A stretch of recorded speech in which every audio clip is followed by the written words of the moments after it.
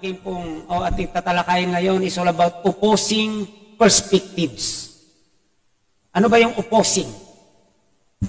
Yan po yung magkaiba na ibig sabihin o magkasalungat. Na ibig sabihin kung meron pong right, meron din wrong. Yan po yung opposing na dalawa. Kung meron positive, merong negative. Okay, so ito po kasing chapter 73 ay sinulat po ito ni Asaph. At ito pong bagay na ito ay kanyang naranasan based sa kanyang pahayag dito sa chapter 73. Naranasan niya po itong opposing perspectives na ito. Na kung saan ay naniniwala ko na hindi lamang siya, kundi marami ring mga nanampalataya sa kasalukuyan ang nakaka-experience dito. Na kung saan sila ay nasa sitwasyon na nakakaranas ng opposing perspectives. Kagaya ng naranasan ni Asaph. So maya-maya ay atin pong maliliwanagan yan pag atin pong tinunghayan ito. Okay, pero ayun na nga po, ano? So yung opposing perspectives ay nangyayari kasi yan eh. So gusto ko lang po gamitin na example. Yung pong ating pong bisita nung nakaraan na preacher, si pastor o missionary Ricky Mabasa, na kung saan ay hindi pulingid sa inyo na siya po ay nagpapastor doon sa isang church na kung saan humiwalay doon sa church nila, doon sa Pasay. So ang tawag sa kanila ay Shield of Faith Bible Baptist Church. Okay, pero sila pa rin yun dati, hindi nila ibig sabihin, kinikilala pa rin nila na umpisa nila ay yun pa rin kung kailan sila na-organized 36 years ago. Okay. Nang nangyari kasi yung pastor doon ay merong nagawang kasalanan. Okay. Yan yung dahilan kung bakit nahati yung church. Ngayon, ito po, no? Meron pong mga nanatili na tapat doon sa kanilang pastor na merong ginawang kasalanan. Pero, katakataka na, bakit meron din mga humiwalay at lumayo? Okay? Na ibig sabihin, umayaw doon sa kanilang pastor. Ano po ang naging dahilan noon? Ang dahilan po ay dahil sa opposing perspectives. Na ibig sabihin, meron po silang magkakaibang pananaw doon sa bagay na ginawa ng kanilang pastor.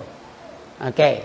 So, dahil dyan, yan po yung ating pagtutuunan ng pansin sa atin. That in spite of the fact that Asaph is a prosperous man, he is still tempted to look at others in a way that is not proper for a believer of God like him. So, kung atin pong pag-aaralan ang buhay ni Asaph, siya po ay prosperous na rin na tao.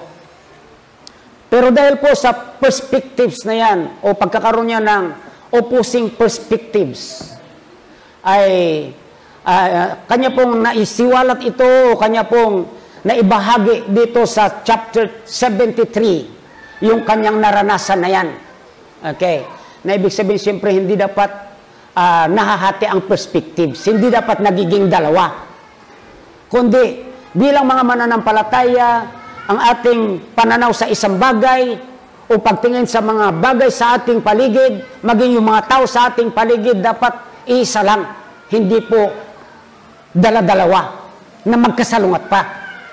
Okay. So, dito nga po, kung titignan natin, bago natin tignan yung mga perspectives ni Asaph, masasabi natin na siya ay prosperous. Kasi ayon doon sa 2 Chronicles or 1 Chronicles chapter 16, verse 4 and 5, ito po yung pinapahayag tungkol sa kanya. Okay. So, dito po sa 16:4 and 5, sabi rito, and he appointed certain of the Levites to minister before the ark of the Lord, and to record, and to thank, and praise the Lord God of Israel. Okay. Asaph, the chief, and next to him, Zechariah, Jael, and Miramoth, and Jehiel, and Mattatiah, and Eliab, and Benaiah, and Obed-Edom, and Jael with psaltery and harps, but Asaph made a sound with cymbal. Ano po makikita natin dito tungkol kay Asaph? Ayon dito, siya po ang chief musician ng bayan ng Israel. Okay? So ano bang tingin nyo sa mga musician? Okay? So halimbawa, si Asaph kasi chief. Ibig sabihin siya yung pinakasikat, o halimbawa dito sa atin, no? Pag sinabing chief na singer, kilala siya at sikat siya. Tama po ba? Kilala at sikat, hindi lang kilala at sikat, kundi siya pa ay mapera. Tama po ba? Okay. So, yan po yung katangan. So, ibig sabihin, ganun po si Asaph. Hindi po siya mahirap na tao. Okay. Siya po ay prosperous. Dahil siya po ay tinuturing na chief musician sa buong bansang Israel. But in spite of all these things, ay nakaranas po siya nitong opposing perspectives. Yes. Our reactions to the things that we see depends on our perspectives. Kanina, pag-aralan nga yung kung paano tayo mag-react sa mga bagay. Okay. So, pinag-aralan naman yung offend na yan. Okay. So, hindi rin iisa ang magiging reaksyon ng tao eh. Pagdating sa mga offense na yan eh. Pwedeng ang tao ay maging mapagpasensya.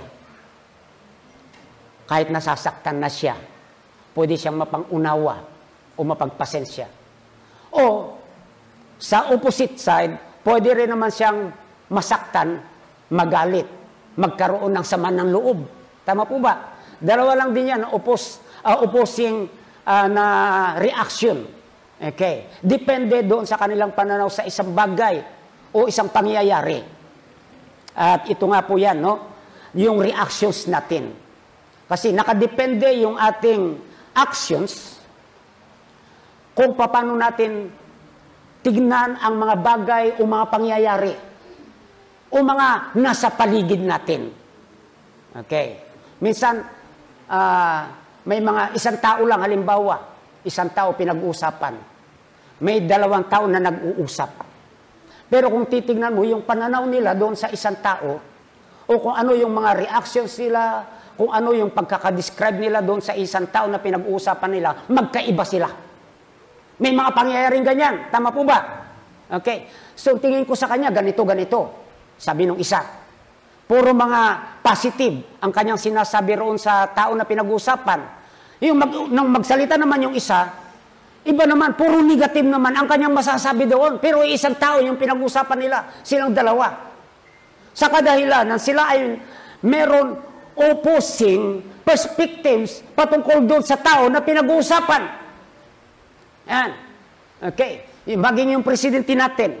Yan, kilalang kilala rito sa Pilipinas yan. Pero marami po yung mga magkasalungat ang kanilang mga reaksyon patungkol sa ating presidente. At yung mga reaksyon nilang yan ay nakatuon o nakabase kung ano yung kanilang pananaw sa ating presidente. Yan. Pagka yan ay opposition, sigurado, lahat ng sasabihin niya, kahit maganda yung ginagawa ng ating presidente, pupulaan niya yan. Tama po ba? Okay. So, isang bagay na lang yung Manila Bay, yung pagpapalagay ng mga white sands o kaya dolomites. Tayo, mga ordinaryong tao, wala naman tayong pakialam sa politika, sasabihin natin, napakaganda. Ang dami ang pumupuri. Tapos, bago pa ipagbawal ang pagpunta roon, talagang dinudumog. Hindi pa mapigil yung mga tao, hindi na maiwasan yung pagkakalapit-lapit nila, na wala na yung sinasabing social distancing. Kaya yung chief of police doon, na-relieve. Dahil lang doon, hindi niya nakontrol yung mga tao. Pero bakit dinumog ng tao? Kasi, siyempre, magandang tanawin. Gusto nilang makakita ng magandang tanawin. Pero itong mga opposition, wala nang ginawa kundi batikusin, batikusin, batikusin. Bakit ganon? Yung mga tao tuwang-tuwa. Pero itong mga oposisyon na ito, hindi sila natutuwa. Magkakaibang reaksyon yun, ano? Kasi kung paano nila tanawin yung isang bagay dyan, nagkakaiba. Meron na dyan, pati mga vlogger, merong nag-vlog. Yan. Puro pangit ang kanyang ginawa. Ang nakalagay doon, umulan lang ng malakas na wash out na. May picture pa, pinapakita roon. Yan. Meron man nag-vlog. Ayan. Isinalarawan o kaya talagang ipinaliwanag yung ginawa ng vlogger na yon na wash out daw. Kasi wala nang ipinakita na dolomite eh. Puro sand na lang daw. Puro sand na lang yung na hindi kulay puti yung pinakita. So, ayon doon sa nagpaliwanag, sabi niya pagka low tide, talaga, lumalabas yung sand na yan na hindi dolomite. At yun yung pinicturan. At ipinakita sa YouTube. Yung parte na merong dolomite, talagang hindi in-include na pinicturan. Ayan. At nagsabi na doon ng mga masasama at mga pambabatikos. Okay. So, pero hanggang ngayon, hindi po hindi po naapektuhan kahit man umulan yon, dolomite na yon, andoon pa rin. Kasi mga engineers niyan, pinag-aralan kung paano. Una-una pa nga, pinatawag sila ng Congress yan eh. At ipinaliwanag ni Simato. Okay, yung DNR commissioner ba yun? Okay, kung paano ang paggawa niyan. At yung mga congressman, naliwanagan sila ng gusto at sila ay approve doon sa ginagawa na pagpapaganda doon sa Manila Bay. Siyempre, hindi naman sila gagawa ng isang bagay na uulan lang, magkakaroon lang na malalakas na alon, agad-agad mawawala, sayang lang yung gastos. Pinaliwanag, meron silang parang banig na abaka, matibay yung abaka eh. Okay, naglagay sila ng dolomite, tapos ititiklop yan para yung dulo niya, doon hindi na aagos yung dolomite, tapos tatapalan ulit ng dolomite, okay, hanggang sa tumaas yan. Okay, yung pinakaibabaw yun na yung walang abaka na nakakuan doon. So, hindi basta-basta maanod yung mga dolomite dahil meron silang protection. Pinakita rin yan eh. Okay, so, ganyan po kung paano nagkakaroon ng iba't ibang mga reactions ang mga tao based sa kanilang perspective sa mga bagay na kanilang nakikita. Tao man o bagay. Now, how does right perspectives or how does our perspectives affect or influence our lives or actions? Paano nga ba? Okay, so dito sa ating text ay tinuturo sa atin ang dalawang opposing perspectives and its influence in our lives and or actions. Ayan. Dito natin makikita ngayon yung dalawang perspectives at yung kanilang influensya sa buhay natin at sa action natin. At first, here is a wrong perspective. That is man's perspective. Mula po sa verse 2 hanggang sa verse 16. Okay. So muli, basahin ko sa inyo. Doon nabasa na natin kanina. Ayan, baka nagre-reklamo kayo. Ang haba naman, isang buong chapter. Okay, pero dalawa lang yan. Sinabi ko na, dalawa lang. Kaya huwag kayong mag-alala. Okay, sabi po rito, but as for me, ang sabi rito, my feet were almost gone. My steps had well nigh sleep. For I was envious at the fullest when I saw the prosperity of the wicked. Okay, so when I saw, tinignan niya yung mga hindi mananampalataya at nakikita nila yung kanilang prosperity. Okay, so dito kasi tumitingin siya in man's perspective view. The wrong perspective. So yun yung nakikita niya. For there are no bands in their death, but their strength is firm. They are not in trouble as other men, neither are they plagued like other men. Therefore pride compasseth them about as a chain. Violence covereth them as a garment. Their eyes stand out with fatness. They have more than heart could wish. They are corrupt and speak wickedly concerning oppressions. They speak loftily They set their mouth against the heavens, and their tongue walketh through the earth. Therefore, his people will turn thither, and waters of a full cup are wrung out of them. And they say, how doth God know? And is there knowledge in the Most High? Behold, these are ungodly, who prosper in the world. They increase in riches. Verily, I have cleansed my heart in vain, and washed my hands in innocency. For all the day long have I been plagued and chastened every morning. If I say I will speak thus, behold, I should offend against the generations of their children. Tapos sa verse 16, sabi niya, when I thought to know this, it was too painful for me.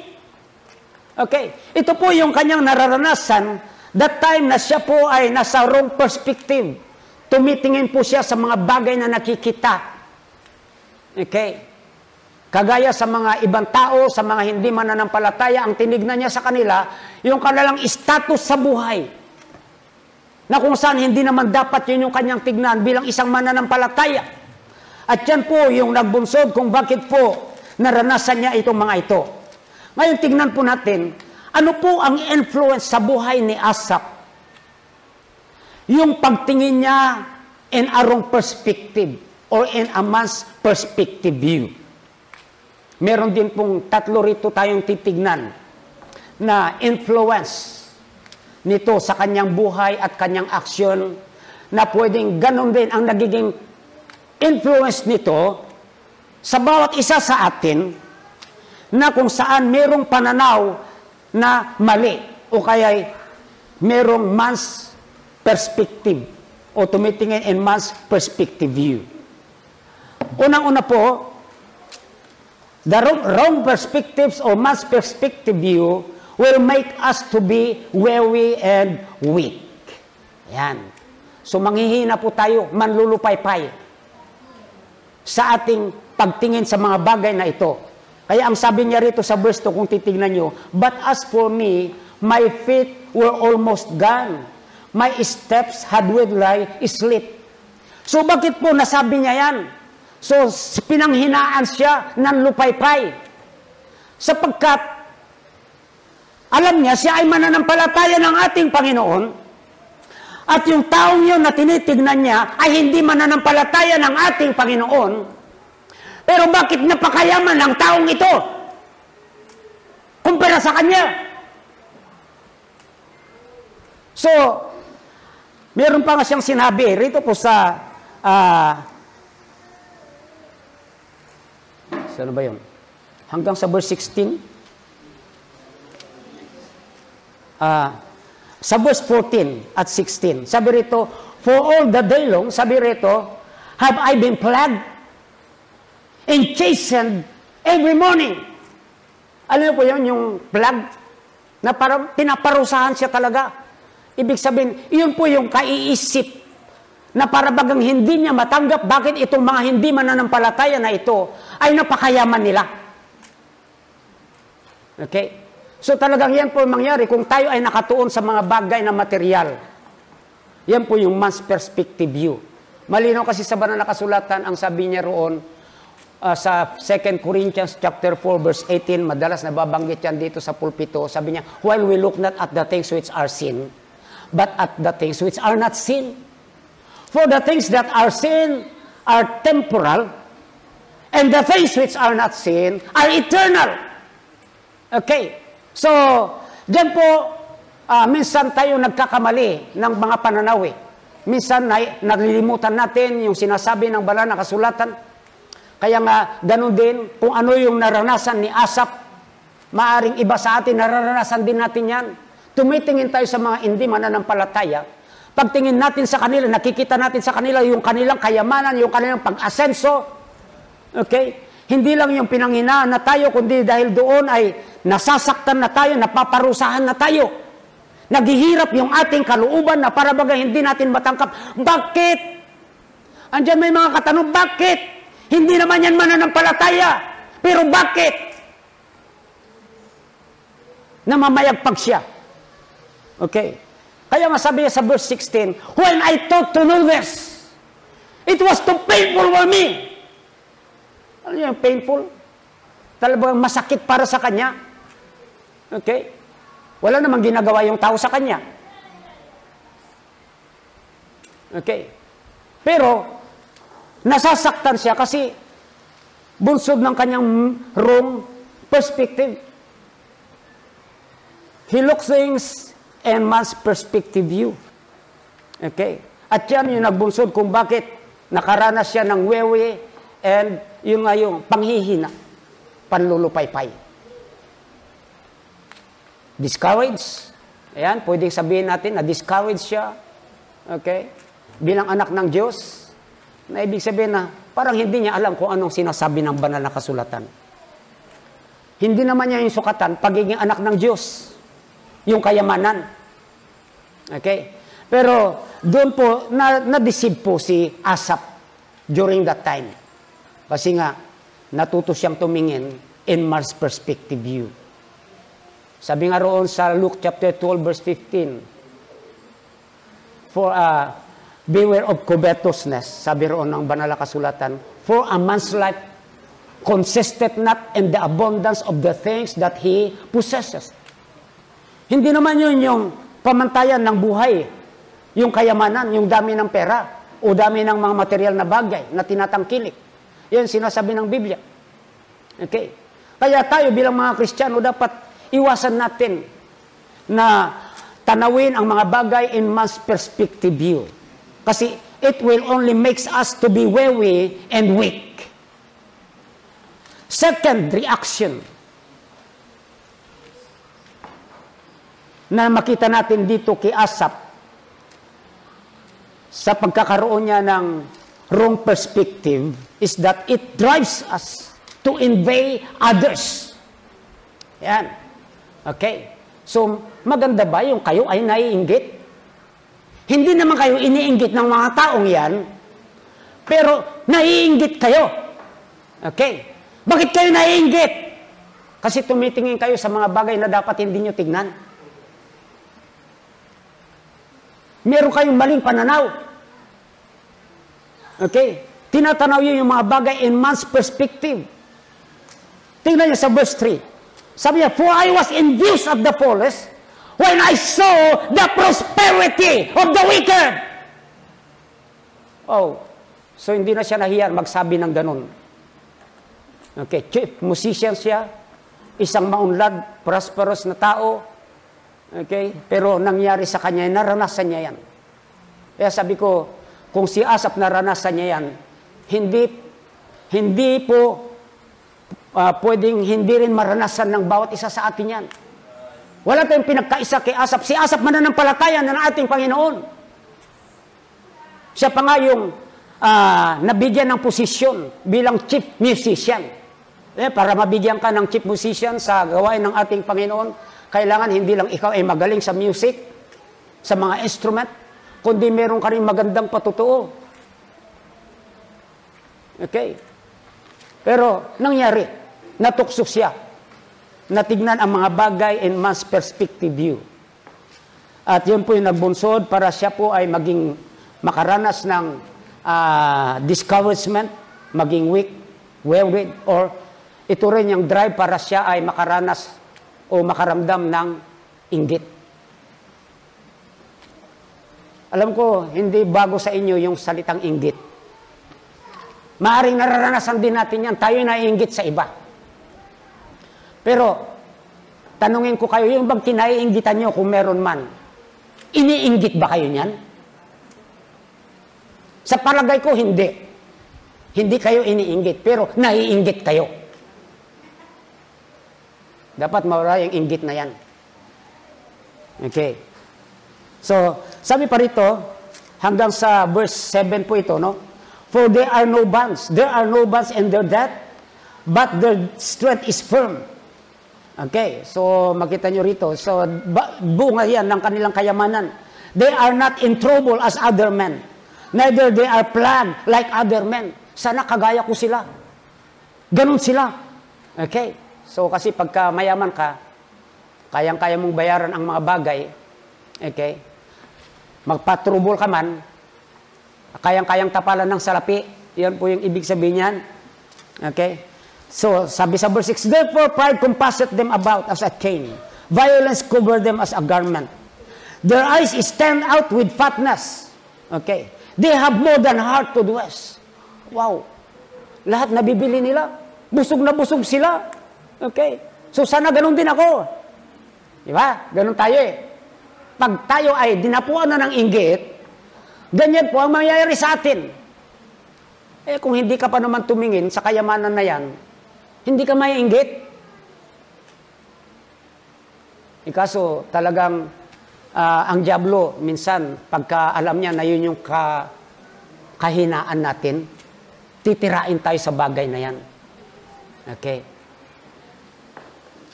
Papatingin ko nga sa kanya, itong kapitbahay niyang ito, itong kaibigan niyang ito, kakilala niyang ito, na yumayaman. Yan, natukso naman tayo na tignan yung yaman ng tao. Yan yung ginawa ng diablo kay Eva eh. Okay. So, sabi lang ng diablo, hindi totoo na mamamatay kayo. Siguro ang totoo niyan, pagka kumain kayo ng bunga ng punong yan, ng kaalaman ng tama at mali, matuwid at mabuti at masama, kayo ay magiging katulad ng Diyos, nalalaman kung ano ang tama at mali. Yan po yung sinabi ng diablo sa kanya. At sabi ng Biblia, tinignan niya yung puno. Yan. Okay. Tumingin siya at hindi na siya tumingin sa ating Panginoon. Nung tinignan niya yung puno, naakit siya. Oo nga, ang ganda. Yan. So, yun po nagbunsod sa kanya, nagkaroon siya ng pagnanasa ngayon na kumain. In short, siya ay sumuway sa salita ng ating Panginoon. Siya po ay nagkasala. Yan po yung pong perspective na yan. So, dati nag-preach na rin ako dito. Ginamit ko na text ay yung kay Samuel naman, nung kanyang i-anoint si David bilang hari ng Israel. Yung tumitingin siya sa outward appearance, yung nakikita, hindi sa inward, sa mga bagay na hindi nakikita. So, ganun din naman ito eh. Kung makikita natin, mamaya masusubaybayan natin yan. Okay? But yun po, wrong perspectives makes a man to be weary and weak. Wrong perspective drives a man to envy others. And thirdly, wrong perspective leads us to be offended. Ito mo yung maglilid sa atin para tayo ay ma-offend. Okay? So, alam niyo, marami dyan, wala man ginagawa sa atin yung tao minsan, pero na-open tayo sa kanila. Yan. Lalo na pagka nakita natin nagsuot sila ng mamahalin, hindi man tayo nainggit. Merong ganyan. Hindi naiinggit, pero na-open. Bakit naman yung tao yan? Okay. Hindi naman kung ito, bakit nagsuot pa ng ganyan, mamahalin? Yan, nasasaktan tayo minsan. May mga ganyan, tama po ba? Okay. So nakikita lang natin yung kanilang kayamanan, yung mga material na bagay na meron sila, hindi man tayo naiinggit, pero yung offend, nasasaktan tayo, nagkakaroon tayo ngayon ng galit, sama ng loob. Tingnan nyo dito sa verse 8 to 13, sabi rito, they are corrupt and speak wickedly concerning oppression. They speak loftily. They set their mouth against the heaven, and their tongue walketh through the earth. Itong mga taong ito, na nagsasalita pa ng hindi maganda laban sa ating Panginoon, hindi naman mananampalataya yan. Okay. So nasasaktan siya, na-open siya. Sabi pa rito, they set their mouth against the heaven, and their tongue walketh through the earth. Therefore his people return tighter, and waters of a full cup are run out of them. And they say, how that God know? And is there knowledge in the Most High? Ano pa yung nakita natin reaksyon dahil sa kanilang pagka-offend? Nakikita ba ng Diyos to? Minsan, may mga tanong-tanong na yung mga Kristiyano. Okay? Alam ba ng Panginoon, bakit bulag ba ang Panginoon? Bakit ganito itong mga ito? Mga hindi mananampalataya ito, pero bakit sila pinagpapala niya, pinagpapala? Alam ba ng Diyos ito? Okay, so, mismo ang Diyos, tinatanong na natin. Pero, ang dahilan lang, ay yung mali nating perspectives. Yan lang ang nagiging dahilan dyan para magkaroon tayo ng mga ganitong bagay, yung tayo ay na-open. Na hindi naman dapat. Okay, so, ituloy natin para makita natin. Okay, so, sa 12, behold, tama ba? These are ungodly. Ayan. Who prosper in the world. They increase in riches. Napakarang sabihin, dapat hindi sila kasi hindi naman mananampalataya ito. Dapat tayo lang naman mananampalataya ang pinapayaman ng Diyos. Pero sila ay ungodly, hindi sila mananampalataya, ang sabi rito. Pero, tingnan niyo, yumayaman sila. Makita niyo yung reaction ni Asaph dito. Ungodly. Para bagang masakit isipin sa kanya na nakikita niya yung mga unbelievers na pinagpapala materially. Okay? Minsan yan ang nangyayari pagka nakatuon lang tayo sa mga bagay na ganyan. Okay? Which is wrong perspectives. Okay, sa 15 nga, saan ba yun? Sa 15, sabi, for all the day long have I been plagued and chastened every morning. Wow. So, ano sabi riyan?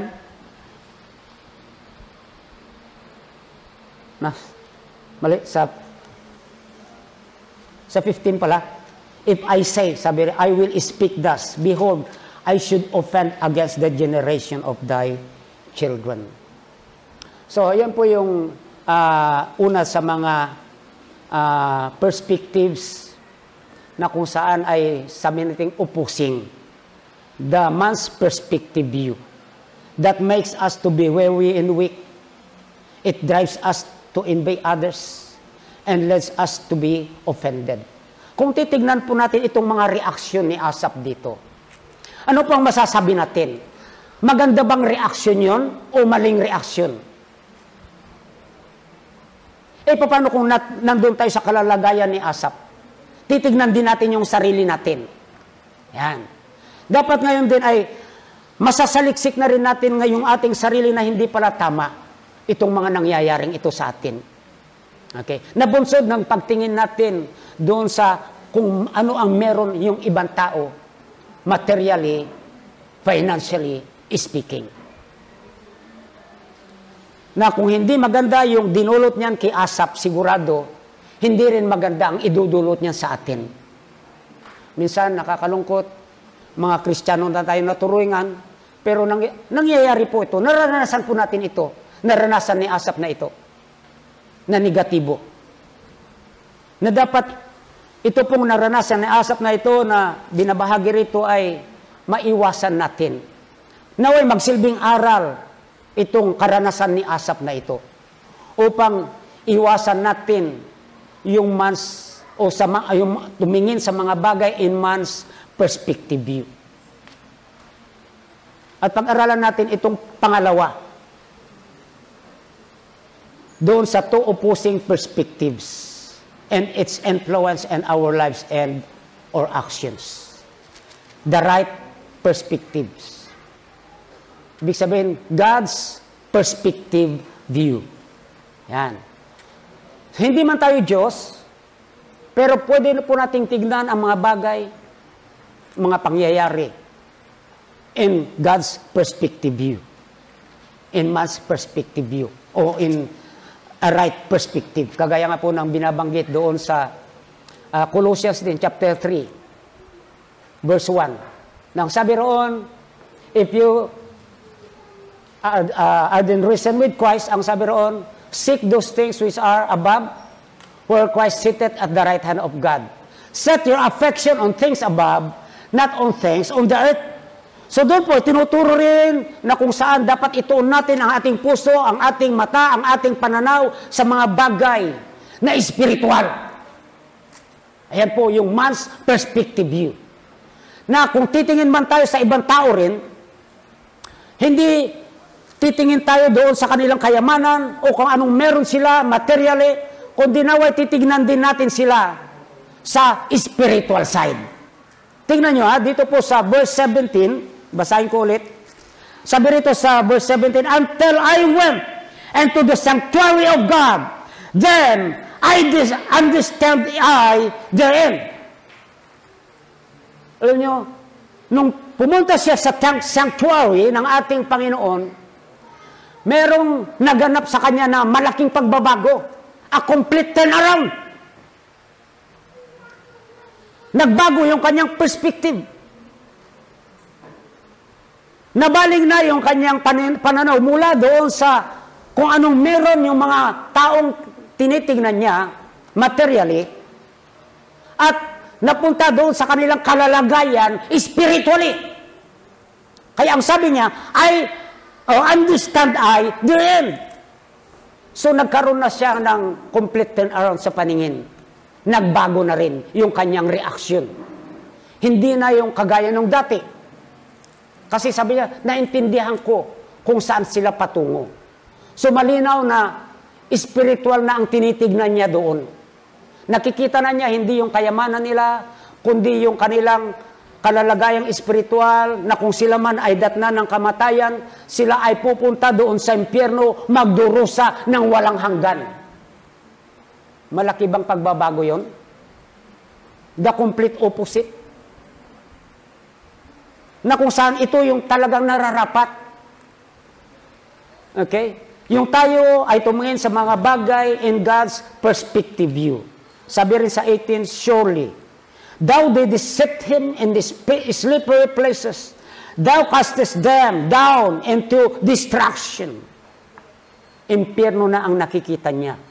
Napatutunguhan ng mga ito. Na kahit man sila ay mayayaman, pero sila ay nasa kaawa-awang kalalagayan. Nasa kalalagayan sila na kailangan sila ay masagip. Wow! What a change. What a complete turnaround. Sabi sa 20, as a dream when one awaketh, so, O Lord, when thou awakest, thou shalt despise their image. Thus my heart was grieved, and I was pricked in my wings. So foolish was I, and ignorant, I was as a beast before thee. So, makita nyo yung napakalaking pagbabago sa mga reactions niya ngayon. Okay. Kumpara nung meron siya, nandun siya sa man's perspectives. So, ano po yung influence sa buhay ni Asaph? Okay, yung pagkakaroon niya ng God's perspective view. O yung kanyang pagtanaw sa mga bagay in God's perspective view. Una-una po is that it taught us or it taught him to see their tragic condition. Nung natuto siyang tumingin in God's perspective view, doon nakita niya yung taong kinainggitan niya nung siya ay tumitingin pa in man's perspective view, na dapat hindi niya sila kainggitan, hindi siya dapat ma-offend, hindi siya dapat panghinaan, kundi ang nakikita niya ngayon o nararanasan niya ngayon o nakikita niya yung kanilang papupuntahan, yung kanilang kalalagayan na kalunos-lunos. Alam niyo yung kalunos-lunos? Kahabag-habag, kaawa-awa. Okay? At yun po yung sinasabi rito sa banal na kasulatan, at yun po yung kondisyon ng isang tao na kahit man siya po ay nagpapasasa sa kayamanan material, kung wala siyang kaligtasan, kapahamakan ang kanyang tungo. At hindi po pansamantala lang yung kapahamakan na yan, kundi ayon sa banal na kasulatan, yan po ay walang hanggan, pagdurusa doon sa impyerno.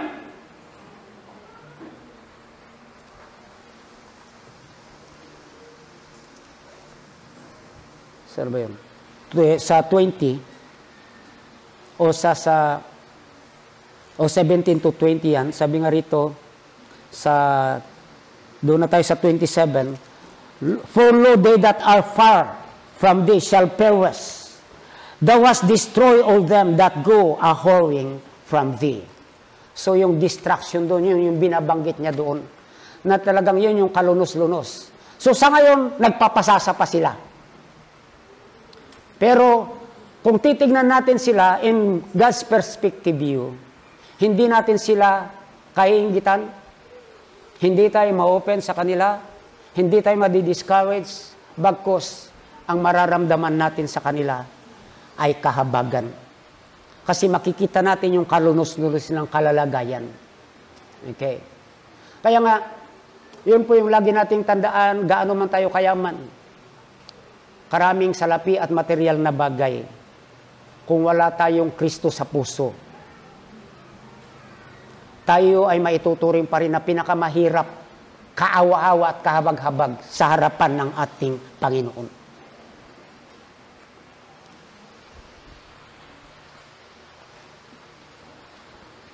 Kaso dito kasi sa sanlibutan ngayon, wala nang tinignan ang mga tao, kundi yung status ng isang tao. Ibig sabihin yung nakikita. Hindi nakikita yung spiritual side. Bakit nga ba hindi nila makita? Kasi naman, hindi naman sila mananampalataya eh. Pero tayo bilang mananampalataya ay binigyan ng Panginoon ng pagkakataon, ng pribilehiyo upang tignan ang mga bagay in God's perspective view. Wow! Sila po, wala sila dyan. Yung mga hindi mananampalataya.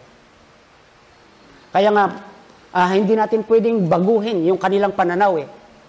Okay? Ang magagawa lang natin ay ibahagi sa kanila yung ebanghelyo ng ating Panginoon. Okay? Para ma-convert sila, makakilala sila ng daan ng kaligtasan.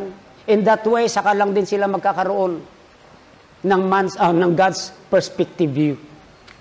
Pero hanggang hindi yan mananampalataya, kahit ano man gawin natin sa kanila, turuan man natin sila, hindi nila mapipick up yan. Naalala ko tuloy nung si Pastor John umattend, yung huli niyang attend dito ng fellowship namin. Ito po yung preaching ko tungkol kay David nga. God, sabi riyan, man looketh at the outward appearance, but God looketh at the heart. Ayan po. Pero yan po yung na-observe ko kay Pastor John. Parang hindi niya na-pick up yung message ng Biblia. Kasi nga, yun po yung aking pananaw sa kanya, nakatuon siya sa mga material na bagay, sa kayamanan. Okay? Kaya dito noon, alam niyo kung sino yung mga malalapit sa kanya, lagi niyang tinitext. Hindi niya ako tinitext. Okay? May kailangan sila, hindi niya ako titext. Message siya kila Brother Aaron, kila Brother Omeng. Kung sino yung mga alam niya na merong maitutuloy pinansyal. Pero kay pastor niya, hindi man niya maipaalam kung ano yung pangangailangan. Okay? So bakit ganon? Kasi nga ano man ibigay ni pastor, wala namang pera si pastor. Kaya dumiretso na lang siya doon sa mga alam niya na siyempre, mahingi niya. Okay, so yun po yung hirap minsan pagka nakatuon sa material na bagay. Kaya nga no wonder, nagkaroon siya ng ambition na yung church na kanyang pinagpapastoran ay maging mega church balang araw. Alam niyo may mega church? Mga pastor niyan, mga milyonaryo, itinuturing na pinakamayamang mga pastor sa buong mundo, yung mga merong mega church. Pero dapat bilang mga mananampalataya, hindi naman sa kayamanan tayo nakatuon kundi sa kaluluwa ng tao. Dahil maraming mga tao na hindi nila nalalaman na paglisanin pala nila itong mundong ito, doon sila sa kapahamakan pupunta, doon sa walang hanggang apoy na impyerno. Tayo bilang mananampalataya, kung klaro sa atin yan, dapat yan po yung doon po natin sila tignan at spiritual side. Huwag yung kanilang kayamanan. Sapagkat yung kayamanan nila, hindi sila madadala sa langit. Gaano man kayaman yan. Halimbawa, pinag-usapan natin yung mga mayayaman na tao rito sa mundo o dito sa Pilipinas na lang. Sino ba yung mga mayayaman dito? Ha? Hindi, dito sa Pilipinas. Bilyar. Si Pacquiao. Okay. Si Pacquiao, kung ligtas man siya, hindi dahil sa kanyang kayamanan. Dahil sa nakilala niya ang tagapagligtas, ang Panginoong Hesukristo. Pero nung hindi pa siya nakakilala sa ating Panginoong Hesukristo, doon sa corner niya, pag pupunta siya doon, meron siyang crucifixion doon, tapos gaganon-ganon siya bago lumaban. Pero nakakilala na siya sa Panginoon, siyempre wala na yon. Okay?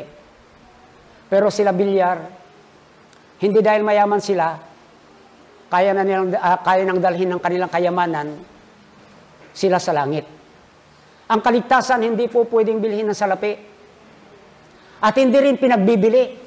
Sapagkat ayon sa banal na kasulatan, ang kaligtasan ay regalo ng Diyos. Kanino niya raw iririgalo yan? Doon sa mga sasampalataya sa ating Panginoon Jesucristo at magsisisi sa kanilang kasalanan. Doon niya ibinibigay yan. Sa bawat tao na tumanggap kay Kristo at nagsisi sa kanilang kasalanan. Wala pong kinalaman yung kayamanan dyan sa kaligtasan. Maaaring na mamayagpag sila ngayon. Ayan, kung talagang ipupukus natin yung ating paningin sa kanilang kayamanan, mahinggit tayo. Okay? Mararanasan natin yung naranasan ni Asap. Pero hindi kakilala ni Bilyar. Ayan. Para dapat kainggitan ka dahil hindi ka naman iniinggit ni Bilyar. Hindi ka dapat din ma-offend kay Bilyar dahil wala naman siyang ginagawa sa'yo. Pero meron kasi diyan minsan dahil lang sa kung anong meron sila, doon na may mga naiinggit na sa kanila at may mga na-offend. Okay? So, tignan natin ang mga bagay in God's perspective view. In that way, it will taught us to see their tragic condition. Ayan, nakita ni Asap yan. Secondly, it directed us to feel sorry for them. Ano ba yung feel sorry?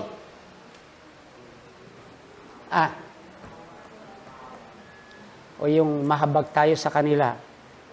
Ayan. Talagang yun po yung mararamdaman natin. At ito nga yung pinapahayag dito ni Asap sa verse 23 to 26. Okay, ang sabi rito, nevertheless, sabi riyan, saan ba yun? 23 ba yun? 21 and 22.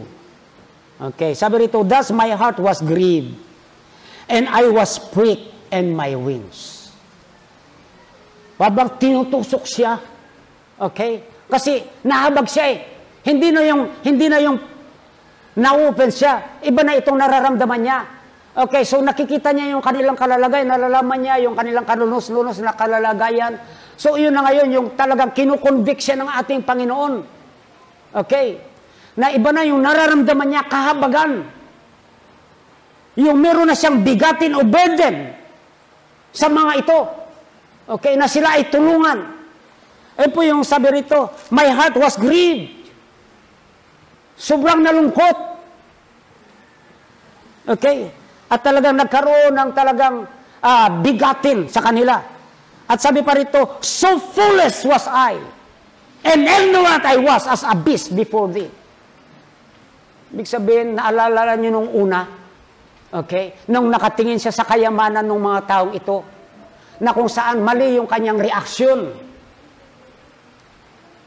Okay, kaya ang sabi niya, so foolish was I.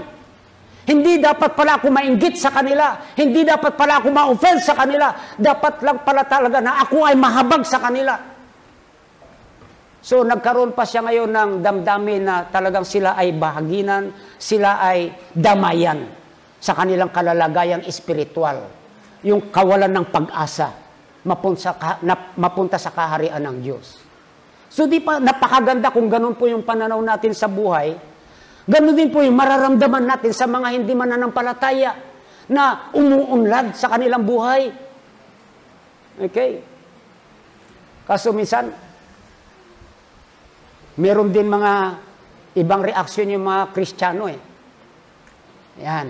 Lalo na yung mga manggagawa ng ating Panginoon na katulad ko. Bago nila bahaginan yung tao, titignan muna nila yung kanilang kakayahan. Okay? Pag yan ay mayaman, pagtsatsagaan talaga nila yan. Gagawa sila ng paraan na yan ay mabahaginan, hindi lang mabahaginan. Ma-disciple yan. At, siyempre, yung kanilang tithes ay mapasa kanila. Okay? Pero dito, titignan natin, hindi po doon nakatingin si Asaph. Wala na nga eh. Nasa spiritual na siya eh. Okay? Tinitignan lang niya yung kalalagayan ng isang tao spiritual. Mayaman man yan o mahirap. Okay? Hindi siya interesado doon sa kanyang kayamanan. Interesado na lang siya doon sa kanyang kaluluwa. At ganoon din po tayo dapat. Okay? Kung babahagi na natin ang isang tao dahil sa kanyang kayamanan, hindi po dahil sa kahabagan yan. Ano po meron tayo? Pagnanasa, pag-iimbot. Iniimbot yung kanilang kayamanan. Kaya marami ngayon, churches, ayan, may young people nila, sila, ipagkakait nila sa Panginoon yan, yung mga kalalakihan, ginagawa pa nila, o sige, kailangan magtapos ka ng high school. Pagkatapos mo ng high school, mag-i-enroll ka ng ganitong course. Ha? Engineer, o anuman, yung mga, alam nila na pagka ito ay nagtrabaho, pag nakatapos, merong magandang trabaho at malaki ang sweldo. Ganon po nila, i-disseminate yung mga tao nila, yung mga young people. Yun po yung tuturo nila. Hindi po yung paglilingkod sa ating Panginoon. Kasi, tinitiyan nila yung hinaharap na papakinabangan nila sila materially and financially. Kaya no wonder, may mga church dyan na hindi nag-send out ng mga missionary. Bakit? Kasi pag sinend out nila yan yung makikinabang sa church. Kasi kailangan suportahan ng church yan. Pero yan, pag pinag-aral sa secular, nakatapos ang nagtrabaho, siya pa yung susuporta sa church financially. So, sa pera na lang nakatingin. Sabi nga ni missionary Mabasa prosperity gospel na kasi ang umiiral ngayon eh. Ibig sabihin niyan kasi rin ang katuruan ng Pasay dati, nung sila yung umiwalay, tinanggal niya yung mga ganong katuruan.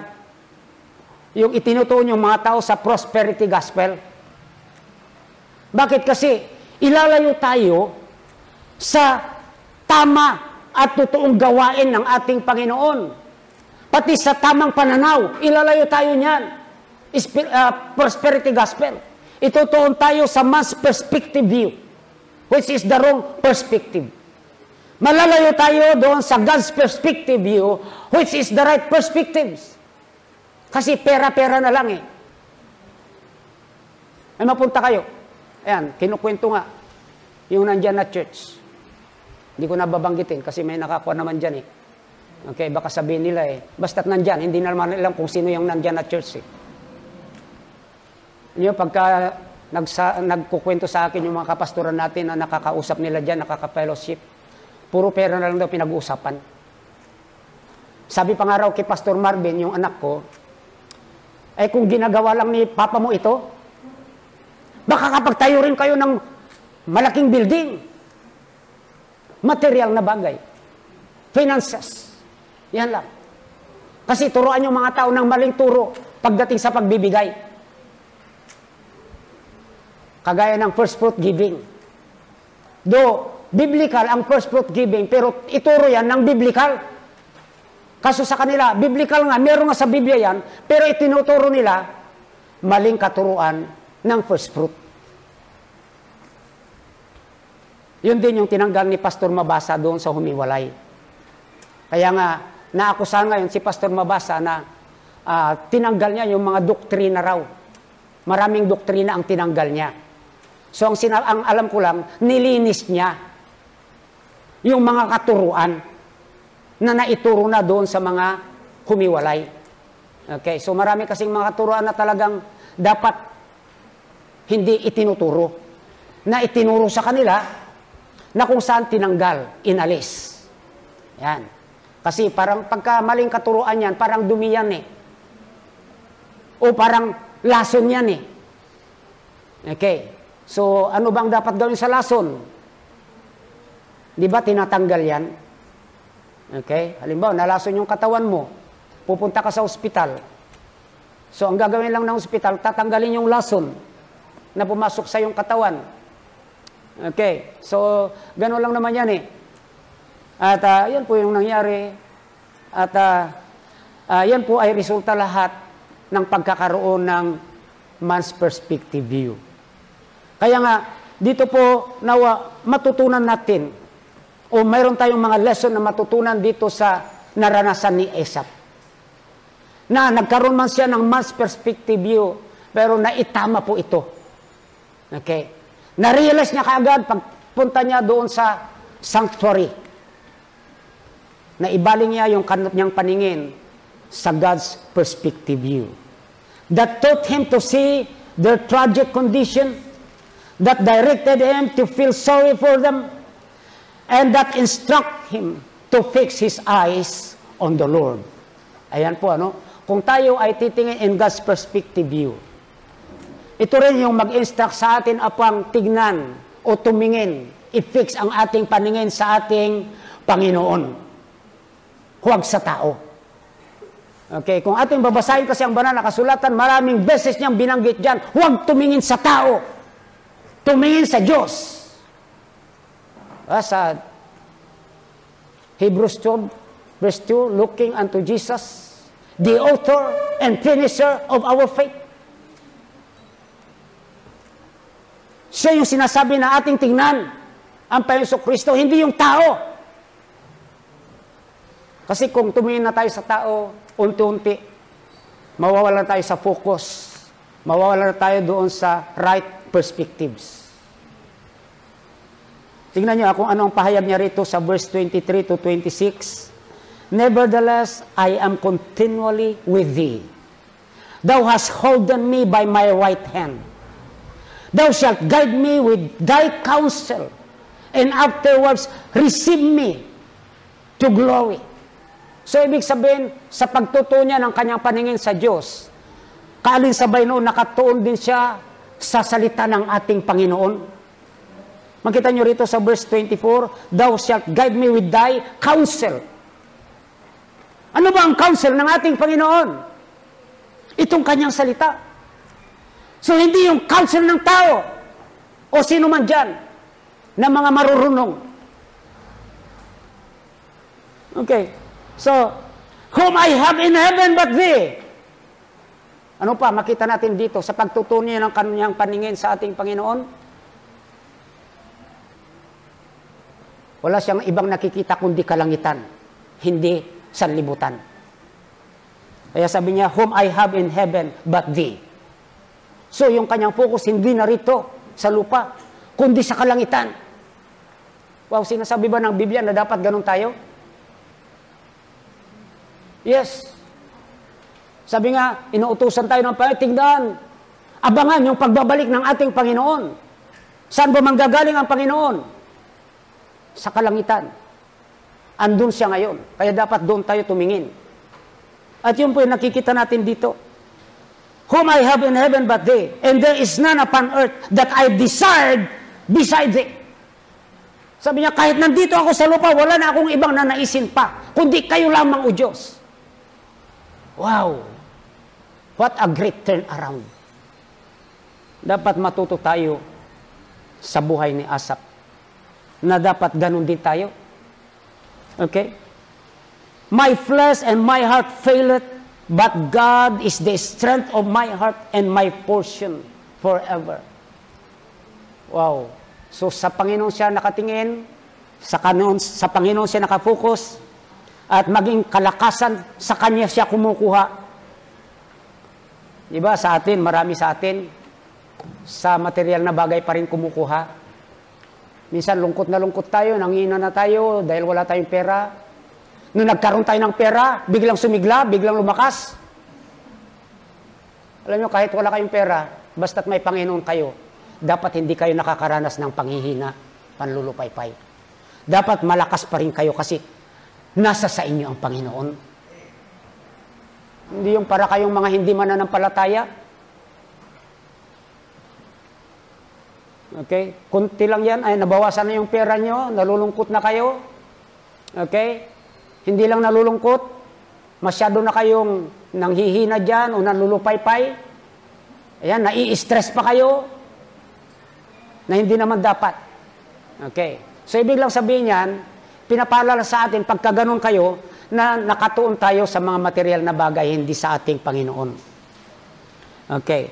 Sabi sa verse 27, For lo, they that are far from thee shall perish, thou hast destroyed them all that go down a whoring from thee. Ayan, sa 28, but it is good for me to draw near to God. Ayan, walang ibang lalapitan, kundi ang ating Panginoon. May problema? Kanino lalapit? Hindi niya makilala si Pacquiao.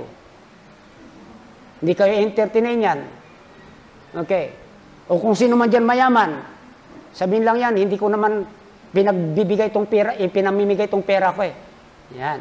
Ang sabi rito, nalalapitan natin ay walang iba kundi ang ating Panginoon. I have put my trust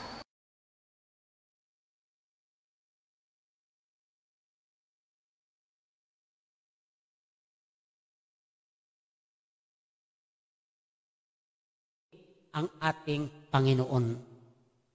Yan. May pagkakataon minsan sa material na bagay tayo nagtitiwala. Eh wala na may bibigay sa atin yan. Okay. Then sabi, that I may declare all thy works. Kung tayo ay nakatuon lang sa ating Panginoon, isa rin na nanaisin natin ay ang ipahayag siya sa sanlibutan na ito.